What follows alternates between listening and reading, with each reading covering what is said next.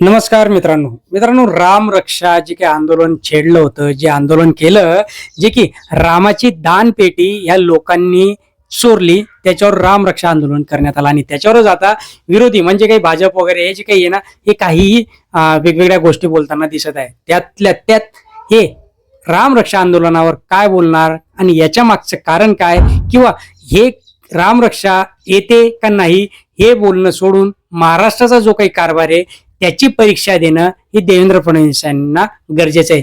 काय शेवटपर्यंत जाणणार आहोत. चॅनलला सबस्क्राईब करून ठेवा मित्रांनो, लाईक करा, शेअर करा. बघा, जनतेला राम रक्षा पाठ आहे की नाही हा आजचा प्रश्नच नाहीये. खरी चिंता आहे ती शेतकऱ्यांना आत्महत्या वाढते, बेरोजगारी वाढते, महिलांची सुरक्षा जे काही बोजवारा यांनी सांगितलं की महिलांची सुरक्षा होणार आहे ती कुठेही दिसत नाहीये. महागाई आणि सामान्य माणसाच्या रोजाच्या संघर्षाची या प्रश्नांची उत्तरं देणं गरजेचं आहे. ते देण्याऐवजी राम रक्षा कोणाला येते किंवा कोणाला येत नाही आणि या श्रद्धेवर प्रश्नचिन्ह उपस्थित करणं हे आज मूळ मुद्द्यांपासून लक्ष विचलित करण्याचा प्रयत्न इथे भाजप करताना आपल्याला दिसत आहे. किंवा सत्ताधारी, आपल्याला काही कोणाशी काही घेणं नाही, पण हे जे काही मूळ प्रश्न आहेत ते प्रश्नांना कुठेतरी बगल देण्यात येत आहे. मित्रांनो बघा, आता श्रद्धा ही प्रत्येकाची वैयक्तिक बाब असते. कोण किती रामरक्षा म्हणालं यावर देशभक्ती किंवा हिंदुत्व ठरत नाही. रामाचं नाव घेणं सोपं असतं, पण रामाच्या आदर्शाप्रमाणे सत्य, न्याय, संवेदनशीलता आणि राजधर्म पाळणं तितकंच महत्वाचं असतं आणि तेच कुणीच पाळताना दिसत नाहीये.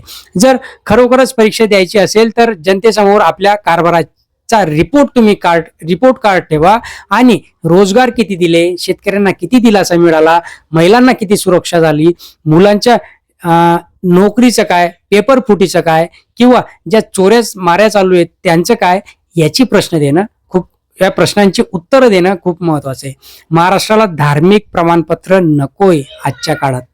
उत्तरदायी शासन, कामाचा हिशोब आणि जनतेच्या प्रश्नांची प्रामाणिक उत्तरं हवी आहेत आणि ती हवी असलेली उत्तरं हे शासनकर्ते देत नाहीयेत. आणि म्हणूनच राम रक्षापेक्षा राजधर्म पाळणं हेच खऱ्या अर्थाने प्रभू श्रीरामाला अभिवादन ठरणार आहे.